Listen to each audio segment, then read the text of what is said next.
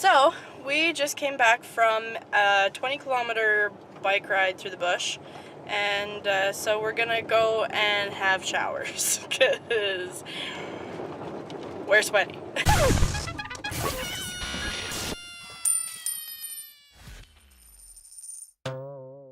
And the place where we're staying does not have showers, so we're gonna go to the main campground in town and, yeah, use those.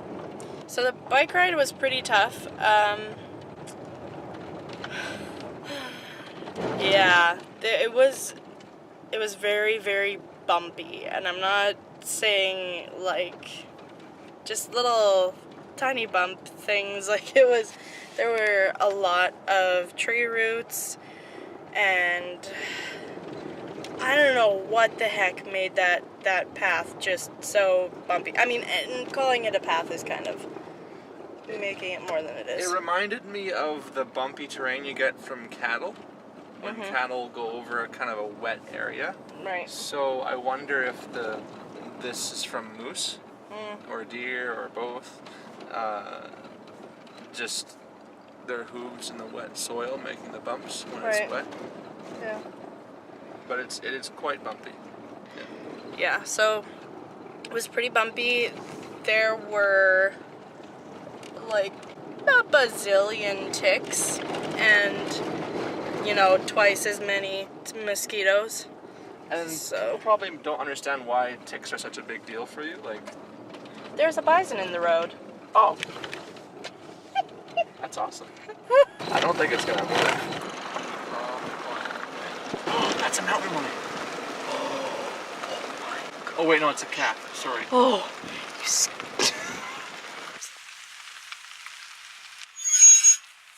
and Mama's not going to be in a very good mood if it's completely out.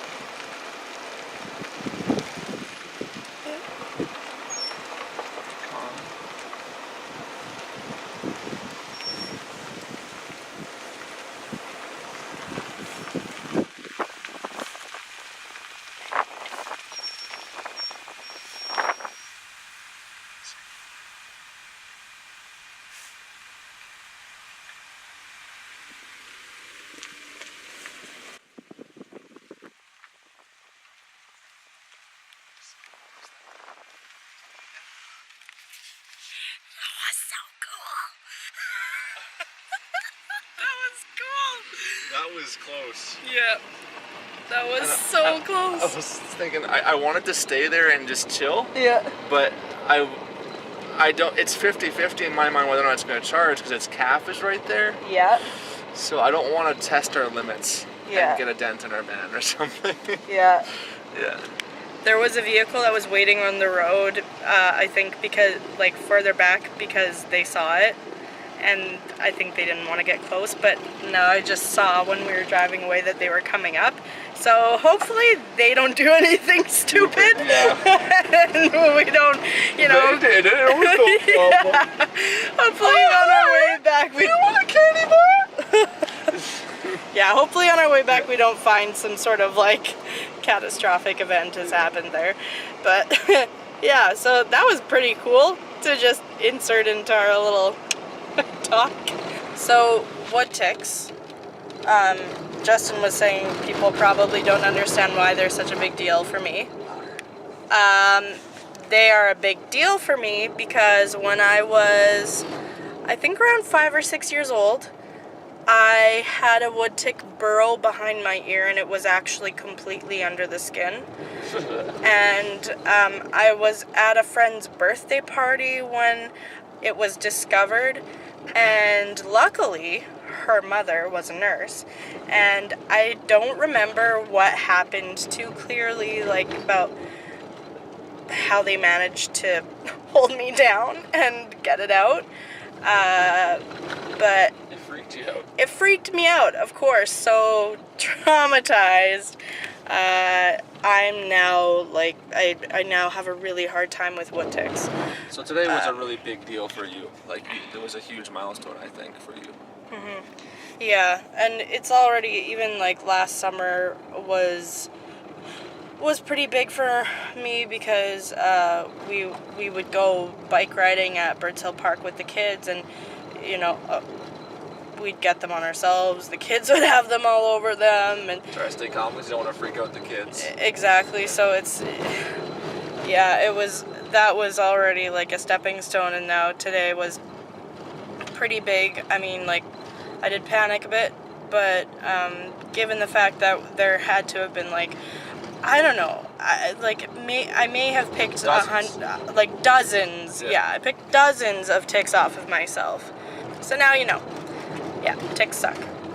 And they carry disease and illness. Like, they're not a good thing to have on you. So, yeah.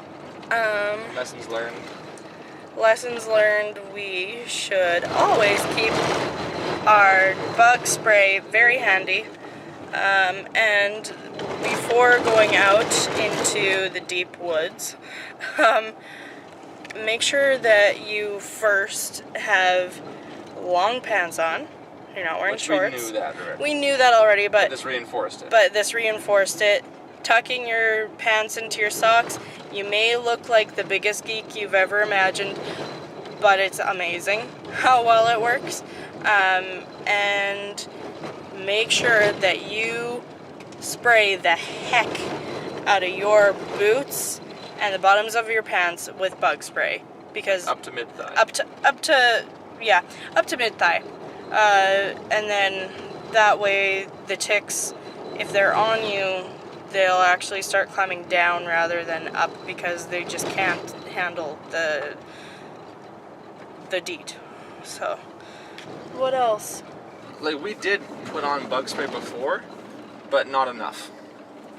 That was, and then not just on your pants, but on your shirt, everything. Like, I forgot just how much bug spray you need when you're in the woods. Like, I grew up doing this, but it's just been so long since we were in, like, really deep bush like this. Yeah. So, kind of had to remember those lessons. Yeah.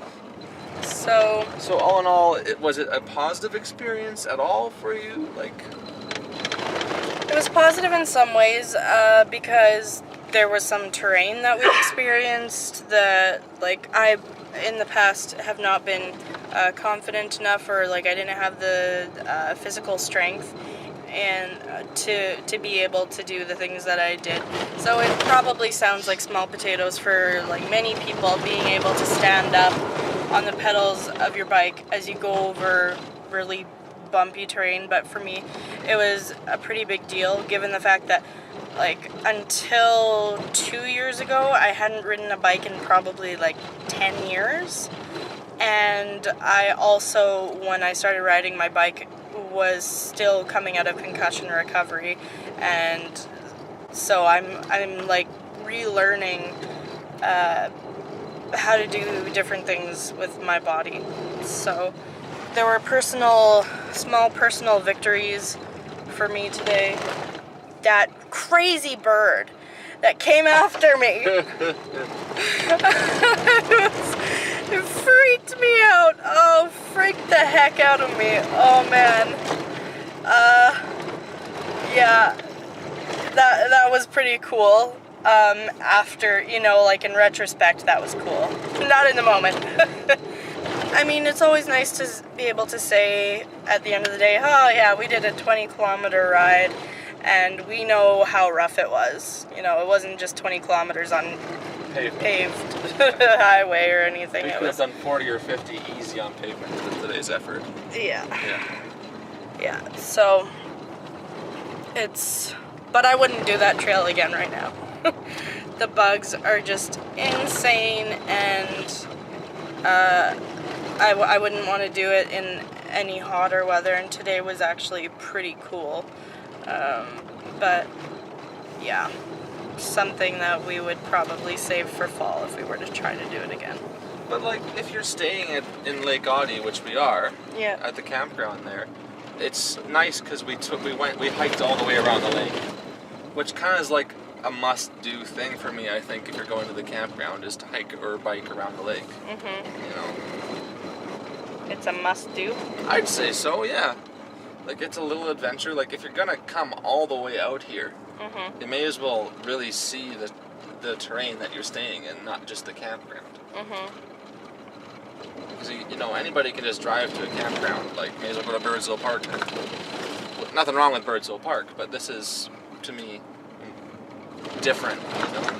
If you're all the way out here, you must want to go on an adventure. I don't understand it otherwise. Yeah. I don't know.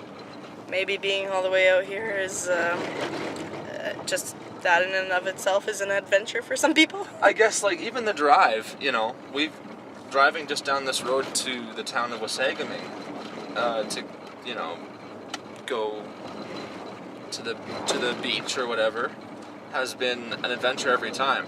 Yeah. Like, some of the stuff we've seen, you can talk about it. Yeah, we've seen, one day we saw a mama bear with 3 cubs, and we've seen deer, we've seen bears multiple times, along every this time. road. Like, almost every time. And that's... Bison. Yeah, the bison. That's not the Like- first time either. But not on the road. Like, that was the That first was time really there's close. been one on the road. Didn't have to zoom in. Yeah, definitely no zooming necessary in that situation. Yeah. But, and you know, I just realized, like, being that close to it, she was beautiful. I actually really appreciate the beauty of the bison. Yeah. And that, you know, you don't get that from going to the Manitoba Museum and seeing that first exhibit when you walk in.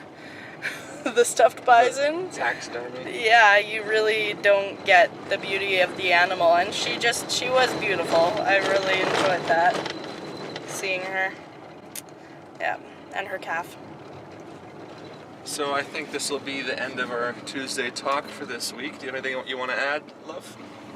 About the hike or anything? We'll do a proper campground tour later. Bring lots of bug spray. And don't chicken out and get the 5% DEET. Get the 30%. You need it.